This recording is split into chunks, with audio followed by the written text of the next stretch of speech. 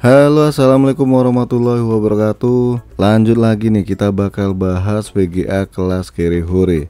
Tapi ya nggak terlalu kece sih, biar kata viramnya gede. Kenapa? Ya lihat aja nanti hasil kemampuan gamingnya gimana.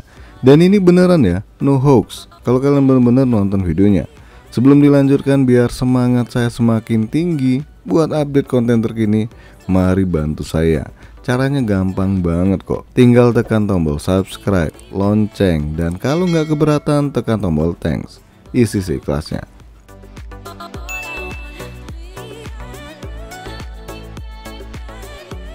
Sebenarnya udah dari kapan sih ya hunting VGA kelas ginian? Cuma ya itu dia. Mau bagi-bagi waktu buat bikin sana sini itu nggak gampang. Apalagi semuanya dilakukan sendiri nih. Kecuali tes game Genshin, Honkai, dan Wuthering Waves yang mana dibantu oleh adik saya yang juga YouTuber gaming. Nah, jadi ceritanya saya dapat VGA VRAM 4GB ini hanya Rp250.000 full set ya, dan ini belum termasuk ongkos kirim. Mereknya ya Venom RX dengan GPU Nvidia GT 740 4GB DDR3 128 bit.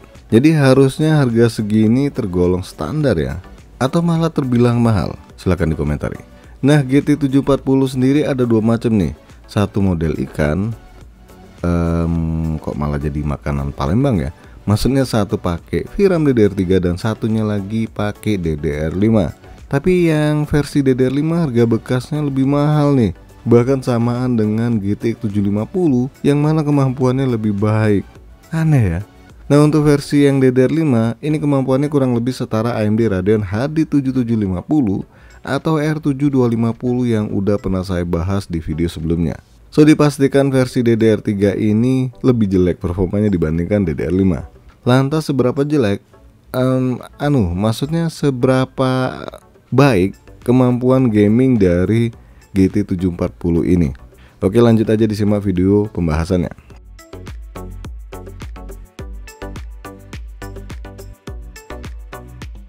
Spek PC yang digunakan buat tes VGA ini pakai Core i5 13400F, RAM 32GB 6400mAh, SSD NVMe 3.0 buat Windows 11, dan SSD SATA sama harddisk buat game. Drivernya sendiri udah paling update ya, walaupun sebenarnya udah mentok di versi 475.14. Karena memang GPU ini sebenarnya udah di stop buat dukungan driver. Kecuali seri GTX 745, GTX 750, dan GTX 750 Ti. Yang hingga saat video ini dibikin masih juga dikasih update terbaru. Sebelum tes gaming ya kita coba ngerender video tipis-tipis nih pakai VGA 1 ini. Awalnya kepedean pakai Adobe Premiere 2024, tapi ternyata aplikasi ini menolak. Katanya VGA lu ketuaan. Nggak gitu sih notifnya. Yang bener udah nggak didukung lagi nih. Sedih nggak sih? Tapi nggak usah sakit hati ya, karena itu memang fakta. So, akhirnya saya jalankan Adobe Premiere 2018 dan berjalan tanpa kendala nih. Buat ngerender video 4K butuh waktu 3 menit 22 detik. Lumayan sih, bisa dipakai buat render ya. Sedangkan video 1080p butuh waktu 51 detik. Terus untuk benchmark aplikasi, hanya Cinebench R15 doang yang dipakai nih, karena yang lainnya udah nggak jalan. Dan dapat skor 58,32 fps. Sedangkan untuk 3D Max sendiri silahkan kalian lihat hasilnya.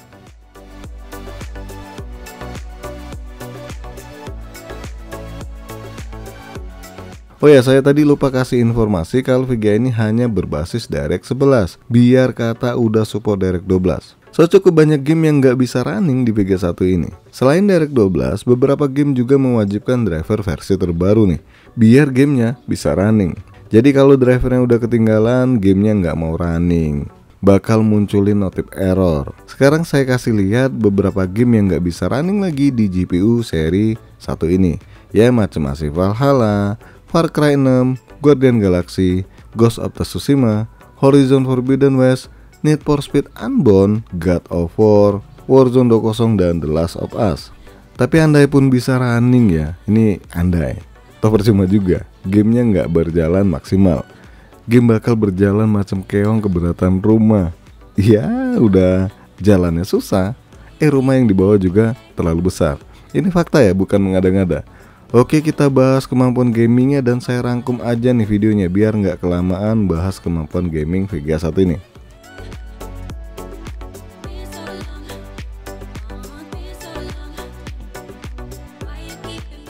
PES 2024. Katanya rangkum bos. Buat game ini spesial deh, gak usah dirangkum. Kata guru saya sih harus dijabarkan. Jadi inget sekolah nih. Nah ternyata game ini masih bisa running di VGA yang nongol tahun 2014 yang lalu. Walaupun kalian harus mengalu di resolusi paling rendah yaitu 720p. Ini kalau kalian mau dapat frame rate di atas 30 fps. Bisa kalian lihat hasilnya di video. Gamenya masih cukup lancar untuk dimainkan. Nah kalau kalian maksa ke 900p ya bisa aja sih.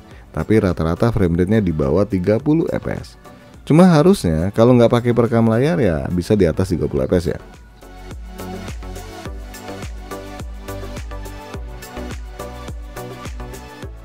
Need for Speed Heat dan Forza Horizon 5. Game Need for Speed Heat ini nongol 2019 yang lalu dan jatuhnya sih nggak nyaman banget dipakai VGA ini karena frame rate-nya hanya belasan fps padahal udah resolusi 720p.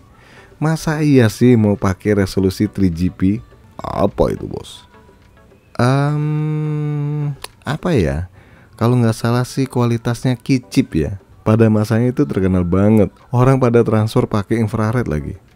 Sorry, bahas nggak jelas nih. Ya intinya nggak enak dimainkan gamenya pakai VGA ini.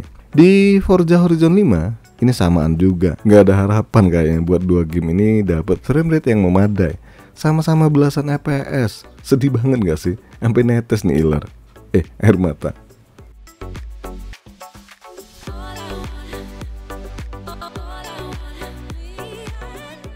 Apex Legends, The Finals, PUBG, dan Valo. Oke kita bahas Apex Legends dulu nih. Kalau mau lancar, kalian mainkan settingan low resolusi 720p. Memang frame rate-nya nggak kece banget ya, tapi masih tetap enak dimainkan. Karena rata-rata frame rate-nya di angka 30 fps lebih.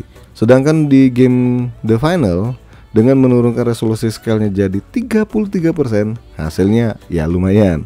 Walaupun frame rate-nya kadang jatuh di bawah 30 fps. Lanjut game PUBG nih, saya main di resolusi 720p, settingan very low dan hanya pakai fitur DirectX 11. Hasilnya gak beda jauh dengan dua game sebelumnya. Bisa kalian lihat di video. Terakhir game Valorant nih, biar berasa kemampuannya saya setting high resolusi 1080p. Ternyata frame rate-nya masih di atas 30 fps. Tapi kalau gamer kompetitif dapat frame rate segini langsung check in. Check out. Maksudnya keluar dari gamenya. Udah males. Nah kalau kalian mau dapat frame rate di atas 100 fps lebih, kalian setting low. Tapi ini lebih condong ke CPU yang bekerja dibandingkan GPU-nya.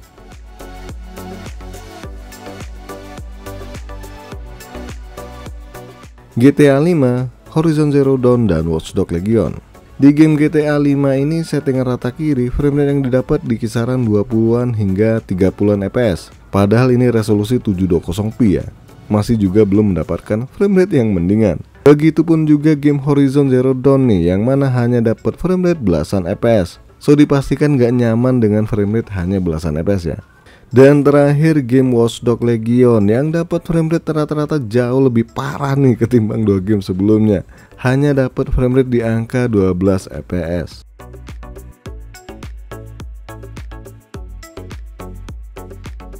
Genshin Impact, Honkai, dan Wuthering Waves. Nggak seperti game lainnya, sejatinya game Genshin ini masih bisa dimainkan di resolusi 1080p settingan lemes alias lowest.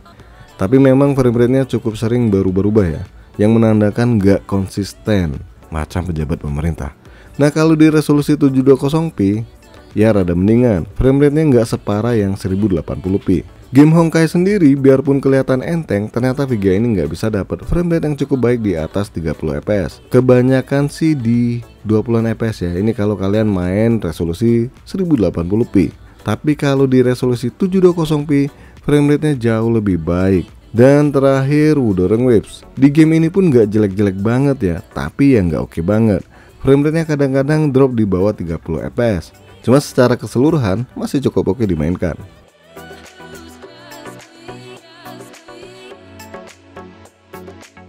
Kesimpulannya, kalau kalian beli VGA 1 ini berharap bisa memainkan game terbaru dengan nyaman, ini salah besar, asli.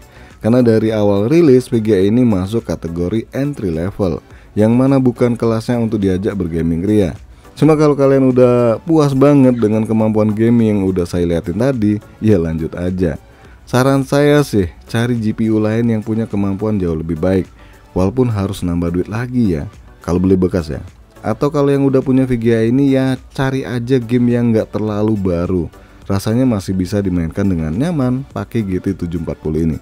Oke guys, sampai di sini aja dulu bahasan VGA 200 ribuan kali ini. Jangan lupa support terus channel ini dengan cara subscribe, like, dan share. Makasih sudah mampir di NK Channel.